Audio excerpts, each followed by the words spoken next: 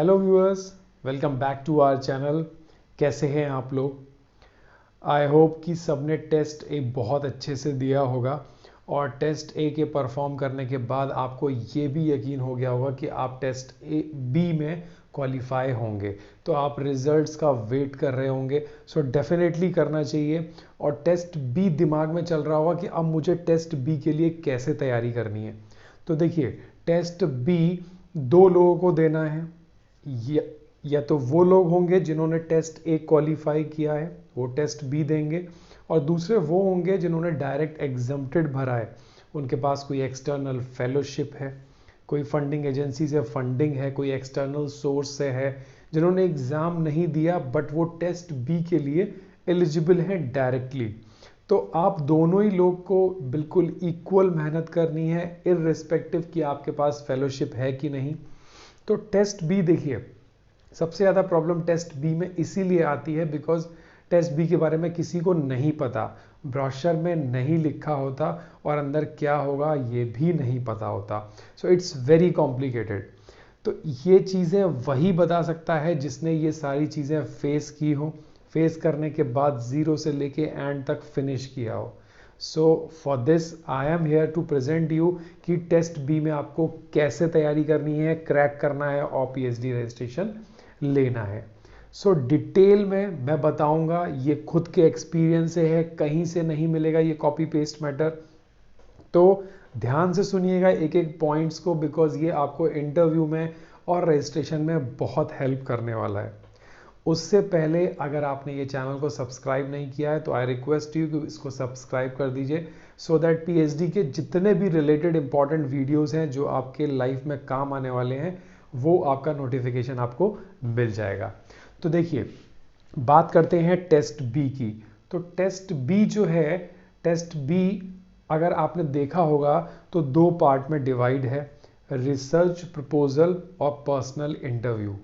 ये सुनते ही कुछ स्टूडेंट्स बोलेंगे कि हमारे ब्रोशर में तो रिसर्च प्रपोजल जैसा वर्ड नहीं था, हट चुका था, पहले वाले ब्रोशर में एग्जामिनेशन में था बट अब नहीं है, तो आप रिसर्च प्रपोजल पे क्यों फोकस कर रहे हैं, हमारा तो सिर्फ पर्सनल इंटरव्यू होना है। तो अगर आप ऐसा सोच रहे हो तो आप बिल्कुल सही सोच रहे हो कि आपका पर्सनल इंटरव्यू होना है।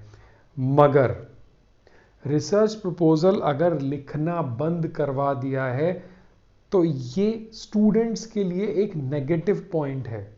आप सोचो कि मुझे रिसर्च प्रपोजल तैयार करना ही करना है, बिना उसके पर्सनल इंटरव्यू हो ही नहीं सकता, दैट इज नथिंग। तो अब कैसे आपको पर्सनल इंटरव्यू की तैयारी करनी है, वो ऑब्जेक्टिव्स मैं पॉइंट वाइज पॉइंट आपको बताता हूं। देखिए, जो टेस्ट बी है वो एक पर्सनल इंटरव्यू है, करेक्ट। टेस्ट एप्टीट्यूड किस चीज़ का है? रिसर्च का। बिल्कुल भी मत भूलिए कि आप पीएचडी में रजिस्ट्रेशन करने वाले हैं, आप कोई पर्सनल इंटरव्यू दे के कोई जॉब नहीं लेने वाले, अपनी जेआरएफ क्वालिफाई करके पैसा नहीं लेने वाले, आपको रिसर्च करना है। तो रिसर्च करना है तो आपके ऑब्जेक्टिव सब कुछ क्लियर होना चाहिए। तो पहले क्या होता था कि स्टूडेंट्स को करीब 250 से 400 वर्ड का एक रिसर्च प्रपोजल लिखना होता था, जो कि it's just like an abstract, कि आप क्या काम करने का प्लान कर रहे हैं अगर आपका रजिस्ट्रेशन होगा तो। सो research proposal must be very clear, ऐसे होता था। बट अभी रिसर्च प्रपोजल वर्ड हटा हुआ है, बट बिल्कुल भी मत सोचिए कि रिसर्च प्रपोजल नहीं आएगा, वो आपको लिखवाएंगे नहीं बट पर्सनल इंटरव्यू में ए टू जेड पॉइंट कवर होंगे। कैसे, मैं आपको बताता हूँ। देखिए, जब भी आप टेस्ट बी की तैयारी करें तो आपके रिसर्च ऑब्जेक्टिव्स आपके माइंड में बिल्कुल क्लियर होने चाहिए। जैसे कि आपका ए टू जेड, आप एग्रीकल्चर के हैं, आप आईटी के हैं, आप केमिस्ट्री के हैं, आप लॉ के हैं, आप मेडिकल साइंस के हैं, पॉलिटिकल साइंस के हैं आपके जो रिसर्च ऑब्जेक्टिव हैं वो आपको ज़रूर क्लियर होने चाहिए। अगर वो आपको क्लियर नहीं है, प्रिसाइज नहीं है, तो इट्स वेरी डिफिकल्ट कि आप पर्सनल इंटरव्यू को फेस कर पाएँ। मैं ऐसा क्यों बोल रहा हूँ? Because most of the students अपने सीनियर, अपने बैचमेट या उनका कोई नोन है तो उससे एक बहुत ही इम्प्रेसिव, बहुत ही बढ़िया रिसर्च प्रपोजल बनवा के या वो जो काम कर रहा है वो लेके चले जाते हैं एंड दे थॉट कि अभी तो मेरा रिसर्च प्रपोजल बहुत ही अच्छा है और मेरा सिलेक्शन हो जाएगा, बट आपको उस पॉइंट्स के बारे में नहीं पता है। तो ऐसे रिसर्च प्रपोजल मत प्रेजेंट कीजिए या ऐसे रिसर्च ऑब्जेक्टिव्स अपने ब्रेन में मत डालिए। आप जो भी ऑब्जेक्टिव्स पे बात करें, your points will be very clear and precise. Second point, जो आपके ऑब्जेक्टिव्स होंगे that is based on the availability of the department और द इंस्टीट्यूट फैसिलिटी। मैंने ऐसा क्यों बोला?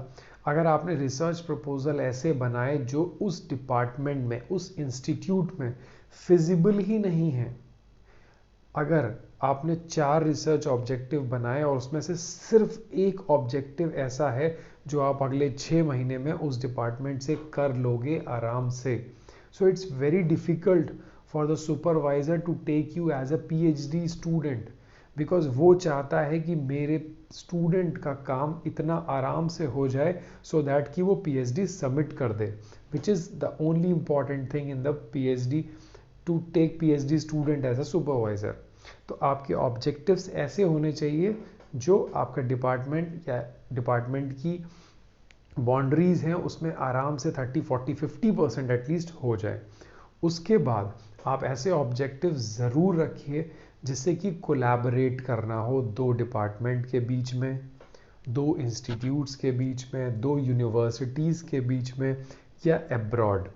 तो ये चीज़ आप माइंड में रखिए कि 20-30% मेरे ऑब्जेक्टिव्स ऐसे होने चाहिए जो कोलैबोरेटिव हों, जो दूसरी यूनिवर्सिटीज़ अब्रॉड में कोलैबोरेशन करिए, बहुत अच्छी बात है for your PhD as a future career.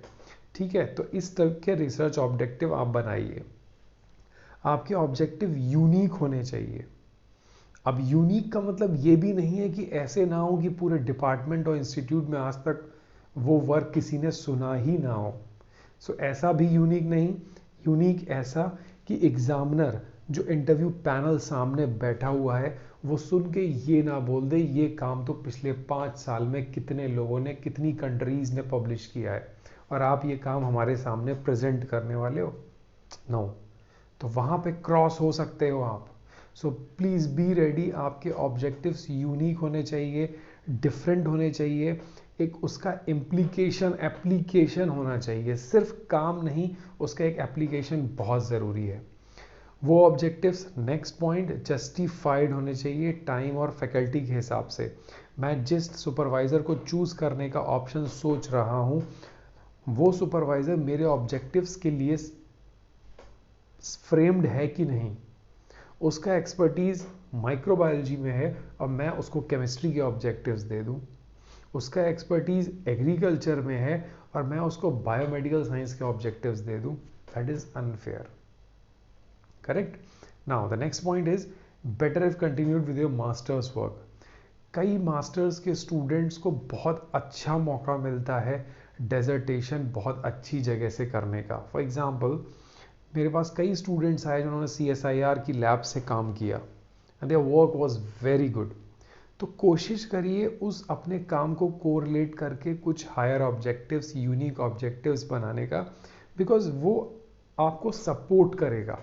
आपका मास्टर्स का काम, अगर आपके मास्टर्स में पब्लिकेशन है then it is well and good, ये तो बहुत अच्छी चीज़ है, इसके बारे में डिटेल में बताऊंगा। अगर आपके पब्लिकेशंस हैं then you can get then SRF directly. ये कोई लोग सोच रहे होंगे ये क्या बोल रहे हैं सर, अगर आपको सच में जानना है तो मैं आपको अलग से डिफाइन करूंगा। Now well suited with the department and the supervisor, जैसे मैंने बताया कि आपके ऑब्जेक्टिव्स आपके डिपार्टमेंट और सुपरवाइजर से मैच करने चाहिए, बिल्कुल डिफरेंट, ये यूनिक नहीं बना देना, otherwise panel will be disagree with your interview. Now the next point जो मैं टेस्ट बी के लिए बताने वाला हूँ, जो बहुत ही इंपॉर्टेंट है, कई लोगों के क्वेश्चंस आए मेरे पास कि will the research objective very with the department facing the interview. So my answer is yes. आप लोगों ने ये पूछा कि मैंने 3 जगह पर एलाइड सब्जेक्ट भरे हैं अपने मेन सब्जेक्ट के अलावा, तो मेरे पास तीनों का कॉल आएगा, डेफिनेटली आएगा। आप 3 जगह इंटरव्यू दोगे? बिल्कुल दोगे, आप एलिजिबल हो। नाउ क्या मुझे 3 प्रपोजल रेडी करने हैं?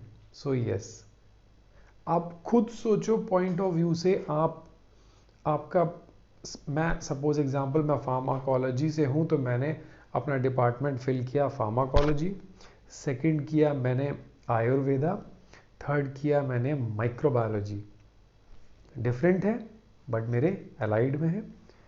तो अब मैं आपको एक ऐसा एग्जाम्पल दे रहा हूं, उस एग्जाम्पल से आप अपने रिसर्च ऑब्जेक्टिव को कोरिलेट कीजिएगा।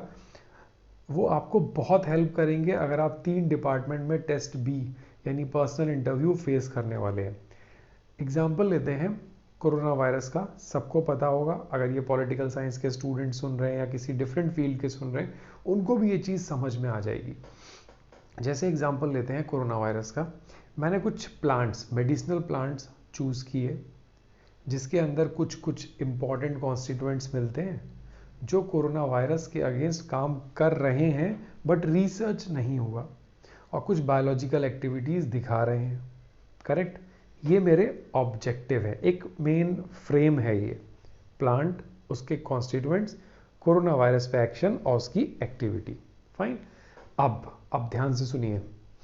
अब अगर मेरा इंटरव्यू कॉल आता है आयुर्वेदा डिपार्टमेंट से, तो मेरे ऑब्जेक्टिव्स क्या होंगे?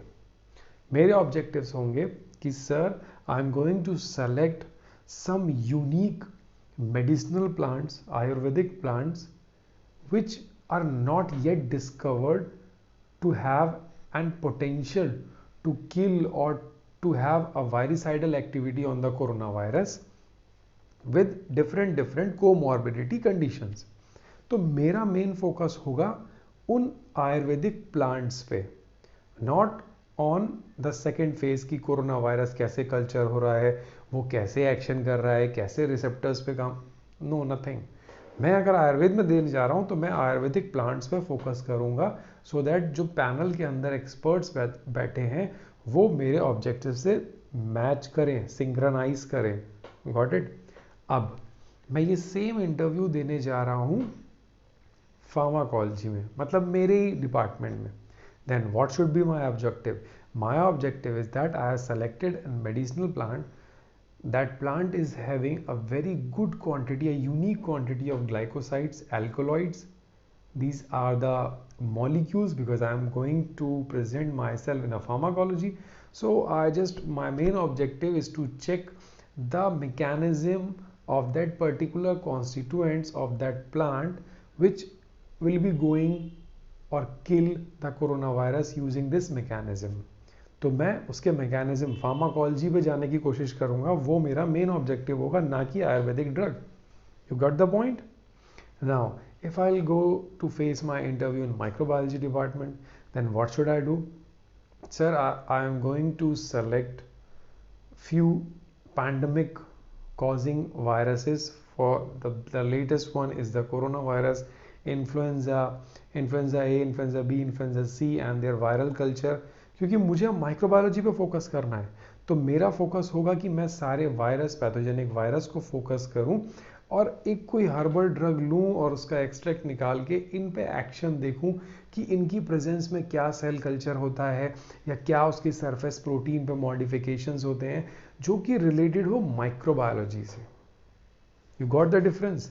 मैं अगर सेम चीज आयुर्वेदा में बोलूंगा, सो द आयुर्वेदिक पैनल जो होंगे, interview panel, they just say no, these objectives are not well suited for our department, you can give interview to another department, thank you।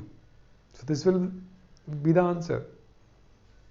I hope you got the point कि आपको objectives modify करने हैं as per the department, but आपका main theme same रहेगा। ये practically possible नहीं है कि आप माइक्रोबायोलॉजी में डिफरेंट लेके जाओ, आयुर्वेदिक में डिफरेंट लेके जाओ, उसमें डिफरेंट लेके जाओ। So I hope you got it कि आपको रिसर्च प्रपोजल, रिसर्च ऑब्जेक्टिव्स कैसे दिमाग में रखने हैं। देखिए, ये बहुत ही इंपॉर्टेंट है। कई बार स्टूडेंट्स ये चीज़ नहीं सोच पाते हैं और इंटरव्यू के टाइम पे डिसाइड नहीं हो पाता है और इंटरव्यू खराब हो जाता है और उसके बाद मौका नहीं मिलता।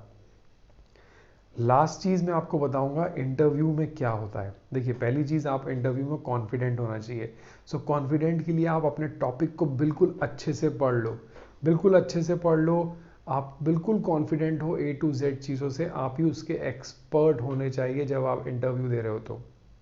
सेकेंड चीज़, गाइड या को गाइड, ये अपने माइंड में मेकअप कर लो कि कौन गाइड होगा कौन को गाइड होगा उस पर्टिकुलर डिपार्टमेंट में जहां आप इंटरव्यू देने वाले हो। बिकॉज उनका नेक्स्ट क्वेश्चन ये होगा, have you discussed with anyone in the department? Do you know the name of the faculties in which you are planning to take the PhD registration?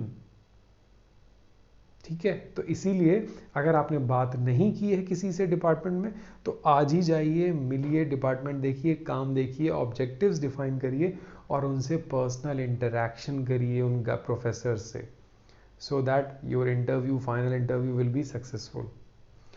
Next question, I ready to work on the different proposal? It might be possible कि आपका proposal उस professor को पसंद नहीं आए। वो जो काम सोच के बैठा है वो चाहता है कि BA स्टूडेंट वही काम करे। सो अपना माइंड मेकअप करिएगा कि मुझे वही काम करना है, बट जो सर ने बोला, मीन सुपरवाइजर ने बोला, डेफिनेटली उसको करूँगा और उन दोनों को कंपाइल अप करूँगा और एक नई प्रोजेक्ट थीम निकाल सकते हैं। So this should be your objective. तो इंटरव्यू में यही चीज़ें इंपॉर्टेंट हैं, तैयारी करिए, ऑल द वेरी बेस्ट। अगर कुछ भी कंफ्यूजन हो सो क्लियर कर लीजिए। देखिए, ये एक जॉब इंटरव्यू नहीं है जो आप बोलोगे कि सर मेरे 10th में इतने थे, 12th में इतने परसेंट, BSc में सर 80-90% है, MSc में भी सर 80-90% है, so I should be selected. No, this is not a job interview. This is a PhD interview. So please be ready for this. All the very best to everyone for test B. Thank you. Have a nice day.